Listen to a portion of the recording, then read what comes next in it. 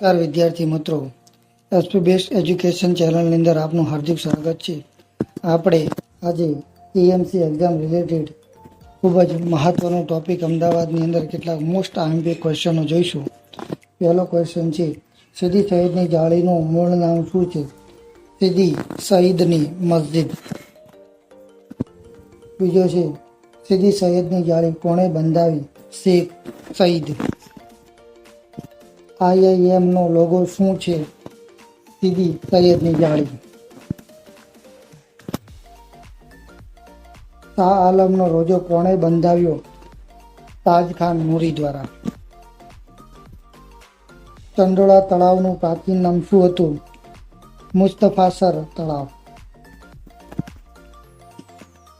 રાણી સેપીની મસ્જિદને શું કહેવાય છે? અમદાવાદનું રત્ન.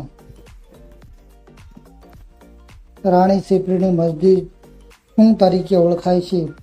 મસ્જિદે નગીના.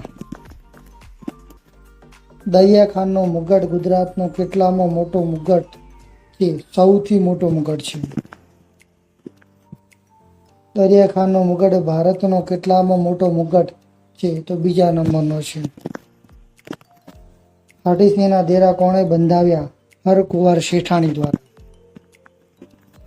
દાદા હરીની વાવ કેટલા માળ ધરાવે છે? તો કેટલા? 6 માળ ધરાવે છે. અમૃત વર્ષિણી વાવ કયા દરવાજા પાસે આવેલી છે? પાંચકુવા દરવાજા પાસે. મોતીશાહી મહેલ કોણે બંધાવ્યો? શાહજહાંએ. ઝૂલતા મિનારા કોણે બંધાવ્યા? મલિક સારંગ. કાલુપુર ટંગ શાળામાં શું બનતું હતું? તો સિક્કાઓ બનતા હતા. ગાયકવાડની હવેલી ક્યારે બાંધવામાં આવી હતી? તો કે 1783ની અંદર ગાયકવાડની જે હવેલી છે એ બાંધવામાં આવેલી હતી. તો વિદ્યાર્થી મિત્રો, હું આશા કરું છું કે તમને આ ક્વેશ્ચનો ગમ્યા હશે. જો આ ક્વેશ્ચનને તમે ફરી જો તમે વિડીયો સાંભળશો તો તમને આવડી જશે. આવી નવી માહિતી માટે, નવા પ્રશ્નો માટે અમારી ચેનલને સબસ્ક્રાઈબ કરો, લાઈક કરો. જય હિન્દ, જય ભારત.